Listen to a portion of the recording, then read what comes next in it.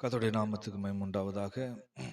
இந்த முதலாம் நாள் காலை வேளையிலும் உங்கள் யாவரையும் கர்த்தராகிய இயேசு கிறிஸ்துவின் நாமத்திலே வாழ்த்துகிறோம். இந்த மாதத்தினுடைய வாக்குத்தத்தமாக இருக்கக்கூடியதான வசனத்தை இந்த காலை வேளையில் நான் சந்திப்போம்.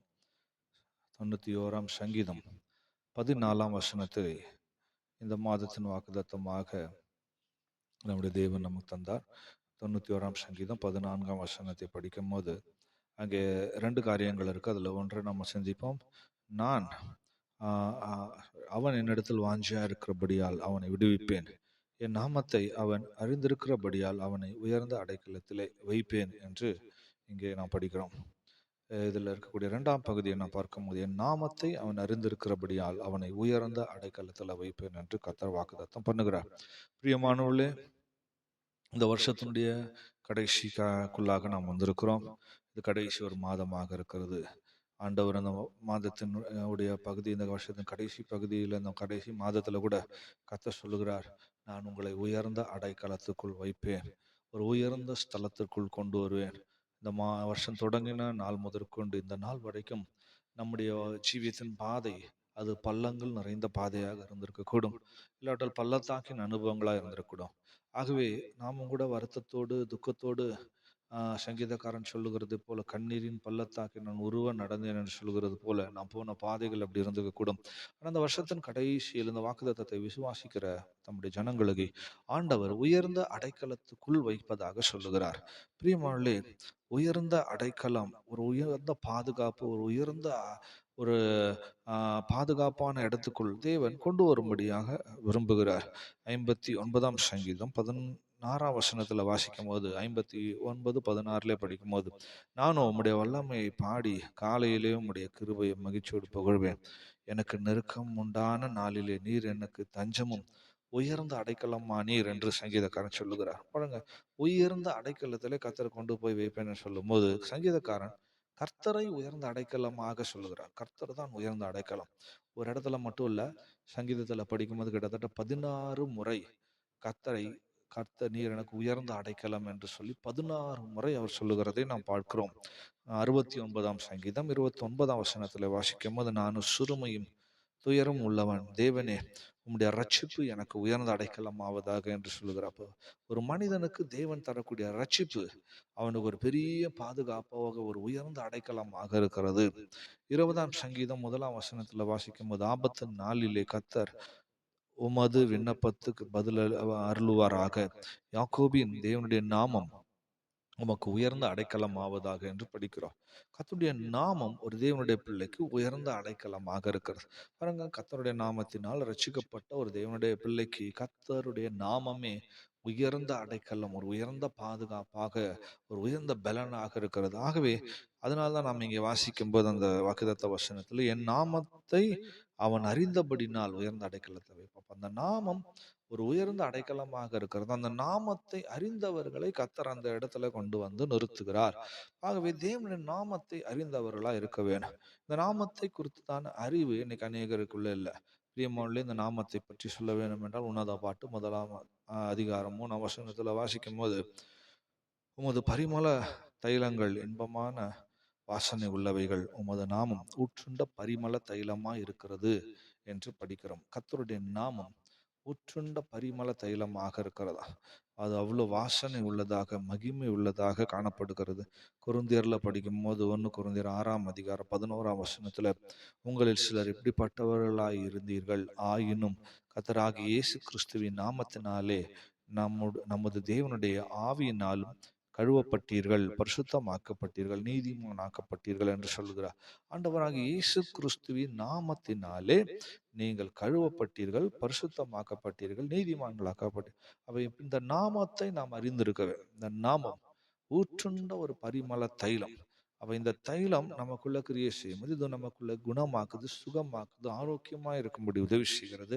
இந்த நாமத்தை நாளே நாம் கழுவப்பட்டு பரிசுத்தமாக்கப்பட்டு நீதிமான்களாக்கப்பட்டவர்களாய் இருக்கிறோம். அப்ப இந்த நாமத்தை நாம் விசுவாசித்து பற்றி கொண்டு ஜீவிக்க வேண்டியது அவசியம்.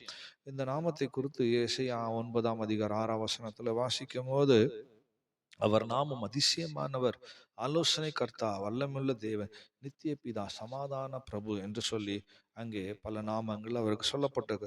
இவ்விதமாக வேதத்தை தேடி நாம் வாசிக்கும் போது வேதாகம் அவரை பல விதமான நாமங்களால் நமக்கு அறிமுகப்படுத்துகிறது. நாமங்கள் என்று சொல்லும்போது ஒரு பகுதியில் அவருடைய சுபாவங்களை அது காட்டுகிறது.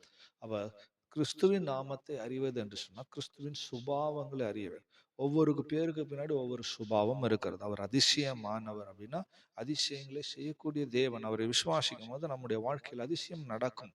ஆலோசனை கர்த்தா என்று சொன்னால் அவரோட ஆலோசனை தரக்கூடியவர். அப்ப அவரை விசுவாசித்து ஆலோசனைக்காய் காத்திருக்கும் போது ஆலோசனை கிடைக்கும்.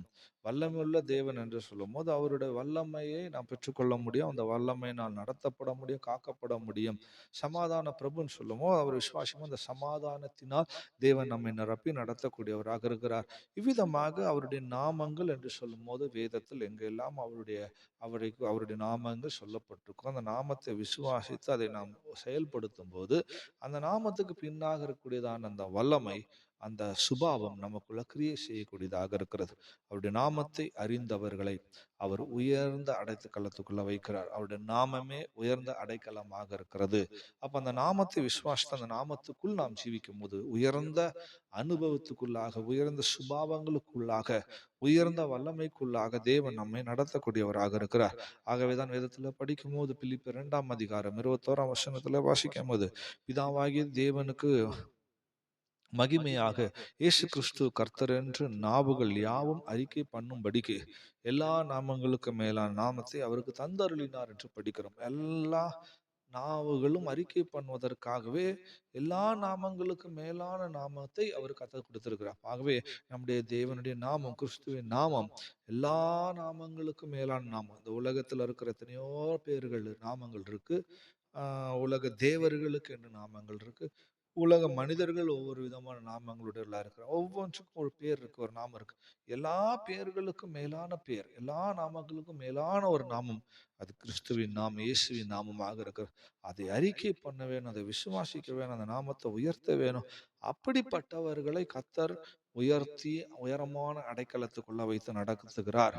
அதான் 9ஆம் சங்கீதம் 10ஆம் வசனத்துல வாசிக்கும் அது, கர்த்தாவே உம்மை தேடுகிறவர்கள் என்னை கை விடுகிறதில்லை, ஆதலால் உமது நாமத்தை அறிந்தவர்கள் உம்மை நம்பி இருப்பார்கள் என்று சொல்லுது. அவருடைய நாமத்தை அறிந்தவங்க அவரையே நம்பி இருப்பார்கள். அவரை நம்பினவர்கள் வெக்கப்பட்டு போகிறதில்ல. அந்த நாமம் அவர்களை ஜெயமான அனுபவத்துக்குள்ள வழிநடத்தக்கூடியதாக இருக்கிறது. ஆகவே இந்த புதிய மாதத்திலும் கூட அவர் நாமத்தை அறிந்தவர்களை கர்த்தர் உயர்ந்த அடைக்கலத்தில் வைப்பார் என்கிற விசுவாசத்தோடு நாம் ஒப்பு கொடுக்கும் போது ஆண்டவர் அபிதமான பாதையிலே நம்மை நடத்துவார், உயர்த்துவார், மகிமைப்படுத்துவார். அவர் நாமம் உன்னை கைவிடாது. அந்த நாமத்தை நம்பினவர்கள் வெக்கப்பட்டு போகிறதில்லை. அந்த நாமத்தினால் தேவனிடத்துல வேண்டிக் கொள்ளுகிறது எதுவோ அதை எல்லாம் நீங்கள் பெற்றுக்கொள்வீர்கள். அந்த நாமத்தின் மேல் விசுவாசம் வைத்து கேட்கும் போது அந்த நாமம் உங்களுக்கு சகல காரியங்களையும் ஆசீர்வாதமாய் கொடுக்கும் என்பதை நாங்கள் உங்களுக்கு அறிவிக்கிறோம்.